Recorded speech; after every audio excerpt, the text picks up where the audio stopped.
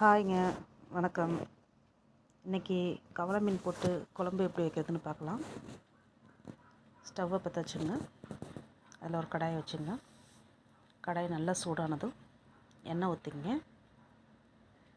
எண்ணெய் நல்லா சூடானதும்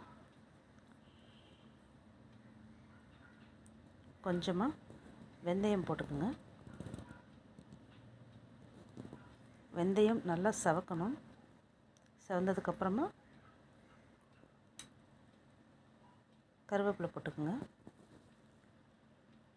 கருவேப்பிலை பொரிஞ்ச உடனே வெங்காயம் பூண்டு ரெண்டுத்தையும் மிக்சியில் ஒரு 2 பல்ஸ் விட்டு தக்காளி நல்லா மசிஞ்சதும் அந்த வெங்காயத்தையும் இதில் போட்டு அடுப்பு சிம்மில் வச்சுருங்க.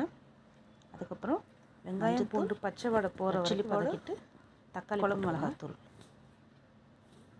அப்புறம் உப்பு எல்லாம் போட்டு நல்லா வதக்குங்க. இந்த மசாலாலாம் எண்ணெய் பிரிஞ்சு வந்துடும். வந்ததுக்கப்புறமேலு புளிக்கரைசல் ஊற்றிக்கலாம். அது நல்லா கொதி வரும்போது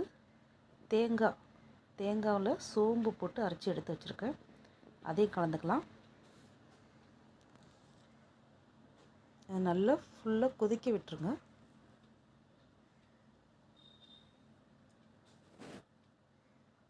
நல்லா தளபுன்னு கொதிக்கட்டும். ஒரு தட்டு போட்டு மூடி வச்சுருங்க. ஒரு 2 நிமிஷம் நல்லா கொதித்ததுக்கப்புறமேலு